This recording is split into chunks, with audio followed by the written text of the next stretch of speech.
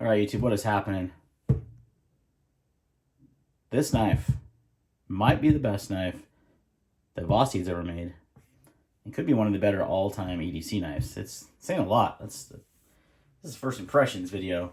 I've carried it, used it for a couple days, but wow, they knocked it out of the park.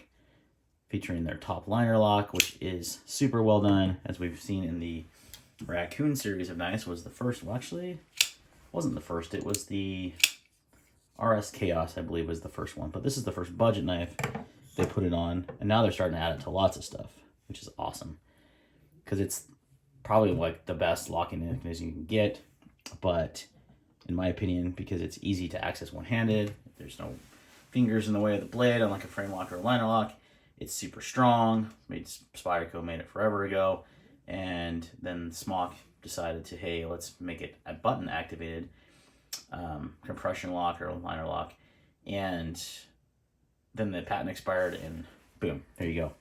Got a lot of stuff going on here. So this is a good size comparison of the Porcupine to the Raccoon. It is slightly smaller, which I do like, but you get very, very similar blade cutting edge. Like, it's barely smaller on the blade because you both have these choils. The choil, however, on the Porcupine is a lot more useful. This is more just a sharpening. You can put your finger up here, but it's not really designed for that, whereas this 100% is designed for that. And oh wow, that handle is so comfy. And you got the opening hole, which is my preferred method of opening a knife.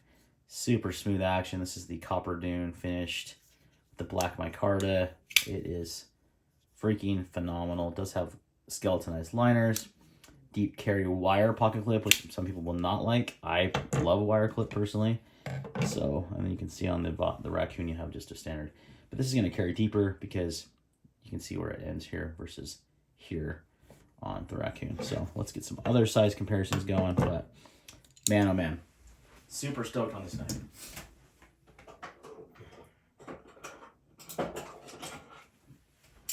How does it compare to its compression lock brother, the Para 3? Very, very similar in size to the Para 3, like nearly identical to that. Bug out, the standard size bug out, not the mini. A little bit bigger on the bug out. And how about the Kaiser drop bear? Very, very similar size to the drop bear. And one more for good measure. Let's do the Civivi Yonder.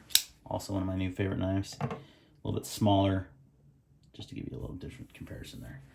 The Yonder's gonna be the smallest of the three. So I would say it's closest in size to the Para 3 and the drop bear, which are fantastic knives as well. So yes, 154, 14C20, and steel on this guy, you know, coming in around 60 bucks. The micarta feels fantastic. A lot of people complain it was not grippy enough. For me, it feels great. You've got jimping on the spine that goes way down. Also clear here towards the tip, which I really love. You're doing like a fine detailed cut, and you have jimping right here. If you really need to press down, you know, you have really, really good control of the knife. Again, that forward choil, that jimping still works in the forward choil. That is something that a lot of companies miss. They don't go enough or long enough on the jimping. They nailed it. Yes, I mean, pretty neutral handle design, which I love. I do love how they've improved. So you can see this. Where did my Raccoon go? So look at the button difference, which I really like. So the Raccoon has a little bit more knurling on it, but it sticks up from the scale. I'm trying to focus that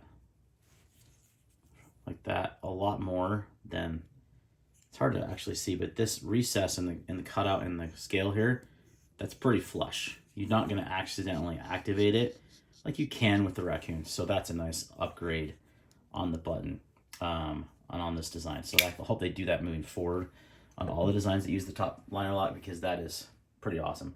That would be, I say, it's a pretty minor complaint because it's, you know, you're not, if you have the knife open, you're using it, you're not likely to touch that, but you might because it sticks up a little proud. So I love how they made that more flush with a little bit of a recess in the scale. So that is amazing. Action's superb. I mean, it's just out of the box. I haven't lubed it. I haven't taken it apart. Middle finger flick obviously works great. The thumb flick works great. You can deploy with the lock. Yeah. Porcupine, man, it is amazing. It may be one that I'm like, yeah, I'm going to get this multiple colors and just carry a different color every day because it's that good of a knife.